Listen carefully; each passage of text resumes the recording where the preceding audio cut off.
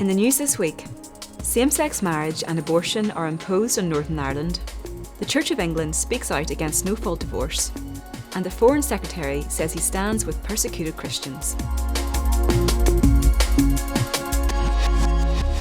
Hello. Same-sex marriage and abortion are to be imposed on the people of Northern Ireland in moves described as tragic by the Christian Institute. Despite concerns about the undemocratic nature of the process, MPs and peers at Westminster both signal support. The changes will come into effect if there is no devolved government in place by the 21st of October. Callum Webster, the Christian Institute's Northern Ireland officer, said the public would be dismayed that devolution has been so quickly dropped in favour of abortion and same-sex marriage. And Colin Hart, the Christian Institute's director, said the speed of the change means there has been no consultation and no consideration given on how to protect those who respectfully disagree with the redefinition of marriage. MPs and peers strongly challenged the amendments, with some warning they drove a coach and horses through the principle of devolution.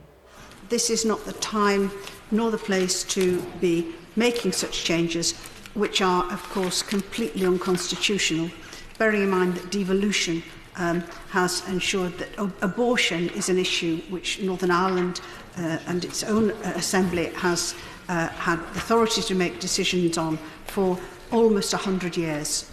I know that there are occasions when women don't want to carry their babies to term, but we need to be very clear that abortion is not a painless, clean medical process.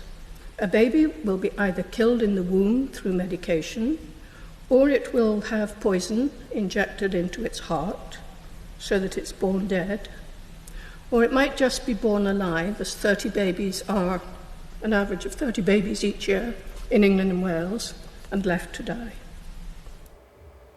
You can find out how your MP voted on our website, christian.org.uk.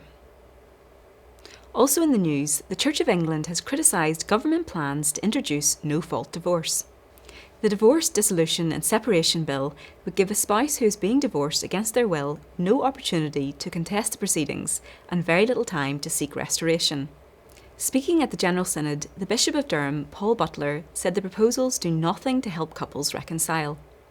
He said while the Church shared the government's objective of reducing family conflict, it was not persuaded that the proposals on divorce had been sufficiently thought through. And finally, Foreign Secretary Jeremy Hunt says the government should be prepared to take action against global Christian persecution. In December, Hunt commissioned the Bishop of Truro to review the Foreign Office's support for persecuted Christians. The Bishop's interim report, released in May, revealed that Christian persecution is so extreme it amounts to genocide in some areas. The final report calls on the government to consider sanctioning countries which persecute Christians and to introduce religious literacy training for Foreign Office staff. Speaking at the launch of the report, Hunt said he is determined to show persecuted Christians that the UK government is on their side. Indeed, around the world, Christians are believed to be targets of about 80% of all acts of religious discrimination or persecution, perhaps because of a misguided political correctness or an instinctive reluctance to talk about religion. British governments haven't always grappled with this problem. As the Christian doctrine of original sin reminds us, the capacity for wickedness is inherent in the human condition. We'll never be able to extirpate anti-Christian bigotry, but nor must we shrug our shoulders and walk on the other side of the road. As a country that's always been a beacon for freedom and tolerance, the United Kingdom will not shirk its responsibilities, and I'm determined we'll live up to them. Well, that's all for this week. For regular updates and information on all of our stories, plus much more, visit our website at christian.org.uk. Until next time, goodbye.